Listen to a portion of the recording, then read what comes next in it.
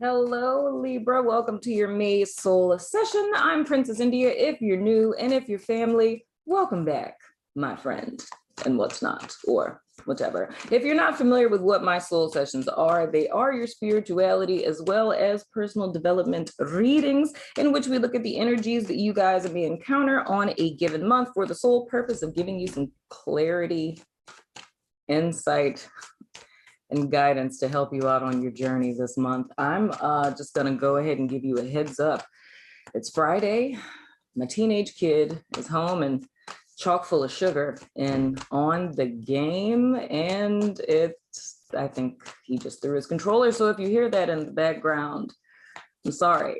My parenting is on fleek, just feeding your kid sugar. He's literally wailing in there as if like a dog died or something. Sorry, I just embarrassed you, kid, but you did it to yourself. Anywho, so Libra, let's go ahead and jump into your cards. The first card that came out is the Eight of Pentacles. So coming out of April into May, it is looking like you guys' mind is heavily fixated and or focused on work. And for some of you specifically, it looks like you're working, and this may be school related. You guys are working on a group project. I mean, it's May, so it may be like an end of the year kind of thing. It may be whatchamadinky. What do you call those? It's like an end of the year project, but oh no. I was going in a direction, I was thinking more like group research or something like that. Like I don't know, for a peer review journal or something along those lines, kind of get those vibes. The next two cards that came out, and I'm using the after tarot, so if you see me flipping cards over, don't freak out because I'll read this in the reverse because it's already in the reverse. But anyway, you guys have the 10 of Pentacles and the Hermit, which is Virgo energy. So for those of you who are Virgo Libra cusps, you may want to watch the Virgo reading as well. Both of these cards, if I'm not mistaken, and I'm not mixing Leo with Virgo, it might have been Leo that the 10 of Pentacles came out, but I know for sure the Hermit card came out for Virgos. But you guys are heavily fixated on work because I feel, and this is interesting, whole vibe I'm getting here. Some people who are in your vicinity, right, whether it's your partner, friends, family members, what have you, may consider you somewhat of a workaholic, Libra, but what I see for you guys is big time why you work so hard, why you're putting so much effort and energy in, whether it's your studies or literal work, is because you guys' eyes are on the end goal. It's like you're trying to build, I'm gonna use the term that came up in one of, I think, Leo's, trying to build generational wealth and things. So you're very much focused on your stability and your security long term. However, with this Hermit card, it's imperative, and that seems to be the theme for the month of May, which is interesting, of balance, right? It's important to not forget yourself in the midst of all of this. Like, it's great. Whoa, hello, sweet mother of goodness. It's great to be focused, on work and on, the future, and, making sure you got your retirement and things on point. But don't forget in the process of this working to get to this goal to take care of yourself. And what I talked about with Virgo, it feels past tense for them and more present tense for you, Libra, in the sense of, and that's funny because I think one of the clarifying cards I pulled out in Virgo's extended was the scales. That's interesting. But it feels a past tense energy for them, more present tense for you guys. So this would be more in the form of like a heads up. I talked to Virgo about losing themselves by focusing so much outside of themselves and kind of getting out of alignment. So this is more or less a heads up for Libra, specifically for what it is that you're working towards. Yes, that's a great thing. It's very wise what you're doing. However, don't forget why you're doing it, right? and don't get out of alignment with yourself in the process. So what's important to implement into all of your doing, Libra, is self-care and making sure to reconnect with yourself, reconnect with your spirit, and take time out to rejuvenate so you don't end up hitting a roadblock moving forward. Now, the next two cards that fell out for you guys, and this is so funny, speaking of balance, the next two cards that fell out for you guys is the Chariot and the Six of Pentacles. And with the Chariot card, of course, that's, oh, good Lord, that's Cancerian energy. This card, as well as the Six of Pentacles, both speak to a balanced energy. It's, I spoke a great deal in length about this in, that came out. I can't remember if that was for Leo or for Virgo. Y'all, all of these readings be sometimes bleeding together, especially with a month like this when they're so reflective of each other. But the whole key is here. This is very interesting. It's like a mirroring effect that I'm seeing. So the whole thing is here. All of these cards with the Chariot and the Six of Pentacles, those are all speaking to balance. And it's speaking more or less to circumventing any extremism. Now, the extremism that I see, Libra, which scales, haha, the extremism that I see is very much in your work life or a project or with school. Granted, what you're headed towards is very positive. It's in your best interest to be focused on, you know, the end goal. However, and I said this to another sign too, and you know, with all of the work that you're doing, make sure that you're implementing play, but I feel most importantly, self-care, because you don't want to get unbalanced in the sense that you throw yourself off kilter by focusing so much on work that you come out of alignment with yourself. Because with the Chariot specifically, of course, if you look at it in like an ethereal sense, it's speaking about the balance of heart and of mind. And that makes me want to take a different turn with this, because if we look at the Chariot, I look at the Chariot as mastering your mind in the sense of understanding that your mental abilities or your mind is a tool, right, to be utilized by the seat of your soul, that of which is your heart. And when that daddy gets out of control, right, which it is from the day that we're born, right, your mind ends up believing that it is like the God of your life, right? That's where we get into ego and all this other kind of stuff. So if it's not logical, if it doesn't make sense, it's like you're thinking practicalities and logistics and not taking into account the heart space, which is literally a whole conversation, a whole rant that I could go into. But the whole key is here is to circumvent your mind taking dominion over your life, because you're going to hit a brick wall with it, right? And I'm not telling people to not think, right?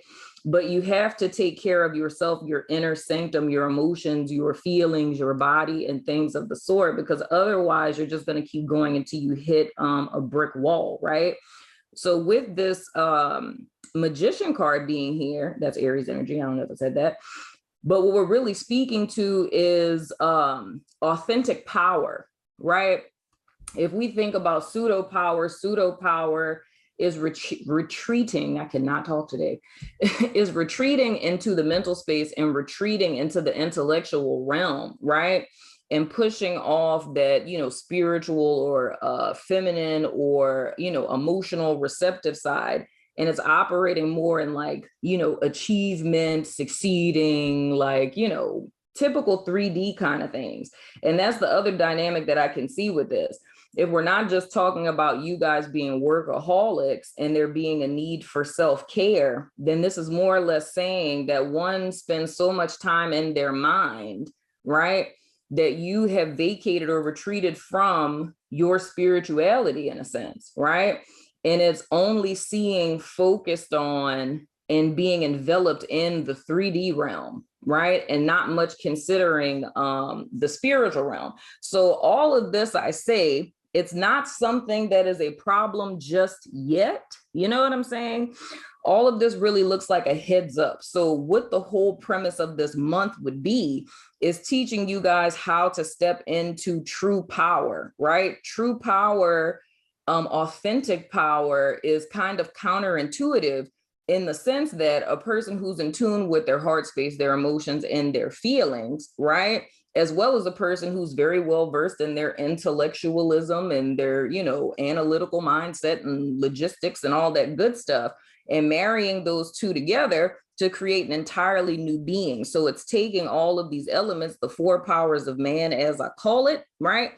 And using them to your ability. Because if we look at the magician, of course, everything that's on his table, we have, the wands and the swords, that's masculine elements, right? It's the power of the mind and the power of action and the directing of one's will into the 3D realm. Then you have the two feminine elements, that of which would be the cups and the pentacles. You know what I'm saying? So the key is here, which I think is so hilarious. You can think, you can strategize, you can be logical all day long. You can create really great plans, you know what I'm saying? Lay it out, you know what I'm saying? Have a whole strategy. You can use your wands and take action on it. Like we're looking at with these pentacles here. It's like, slaying the game, overworking, things of the sort, right?